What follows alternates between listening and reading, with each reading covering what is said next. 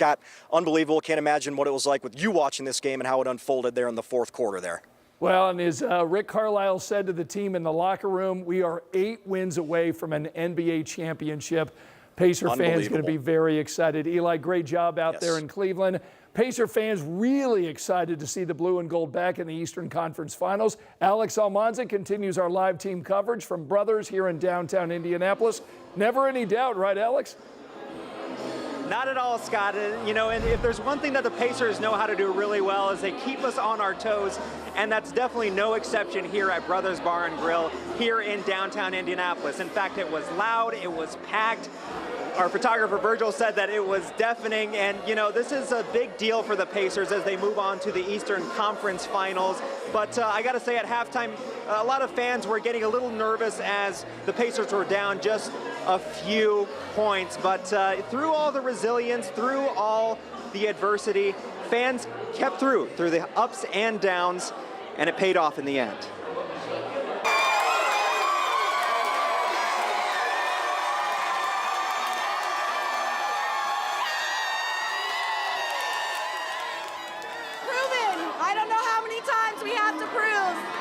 In the face of adversity and resilience, we will fight until the end. Pacers basketball is 48 minutes. The first, second, and third quarter do not matter because we play until the end. We will see the Knicks. We will see the Celtics. We will see whoever. Definitely an exciting experience here at Brothers, and the party is just getting started here in downtown, but definitely a big moment for the Pacers. And as the Pacers take on, of course, either the Celtics or the Knicks, and it's going to be a very exciting show for everyone. Scott? All right, Alex, have fun with those Pacer fans tonight. That celebration will continue long into the evening. Thanks so much. So as you've heard, the Pacers are going to play either the winner of the Knicks or Celtics. Knicks lead this series 3-1. Their next game is tomorrow night at 7 o'clock. Pacer fans will be watching. And what a huge week for sports in our city. I mean, we've got cars on the track practicing for the Indy 500. The Indiana Fever start their regular season on Saturday. And we've got multiple storm chances this week, including tomorrow. Angela's tracking that. Yes, and the rain interrupted the track today a couple of times, and that will be the case, at least the chance again tomorrow. Right now on Live Doppler 13 radar, things much quieter than earlier this afternoon and this evening when we had a large area of heavy rain and storms, several reports of hail, and a couple of reports of funnel clouds. I'm going to talk about that in the full forecast. Same weather system still close enough to us during the day tomorrow that there will be some spotty showers and storms around. In fact, Future Track 13 indicating one complex across the central part of the state as early as 8 o'clock tomorrow morning with additional showers and storms with the heat of the afternoon. A lot to cover in the full forecast, including a day near 90. All right, Angela, we'll get back to you shortly. And with all these rain chances and a severe threat later this week, make sure you've got our WTHR weather app on your phone. That way you can check the interactive radar, follow along with our weather team anytime, anywhere. It's a free down. Get it before you go to sleep tonight. You'll find it in the App Store.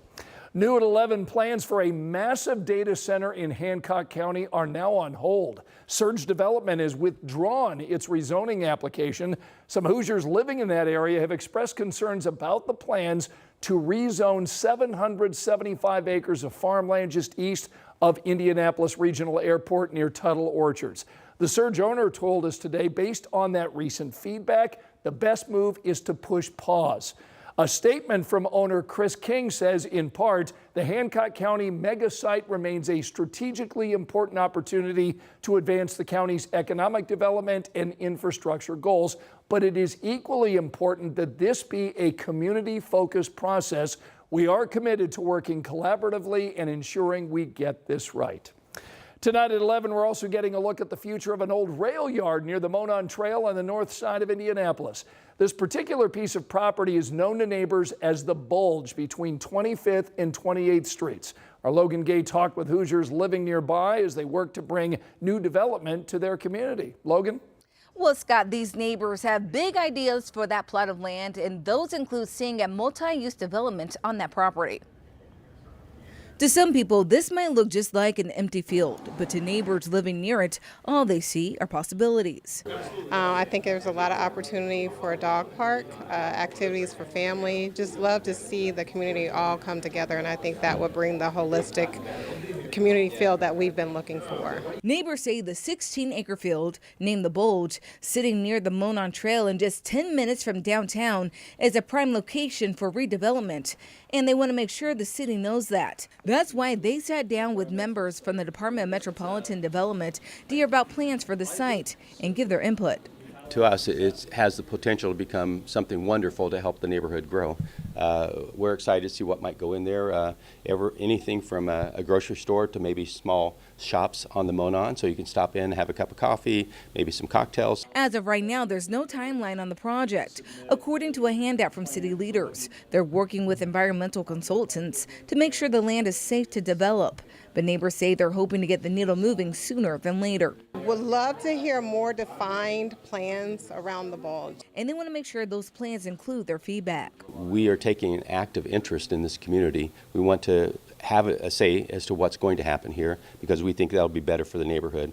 It's nothing worse than something being put in there that everybody hates, right? But until they see some plans, they say they'll continue to enjoy what they have.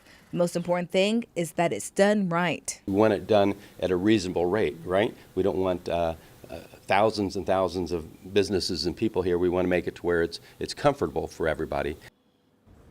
So the next meeting of the Monon Yard Neighborhood Association is June 10th. Logan Gay, 13 News.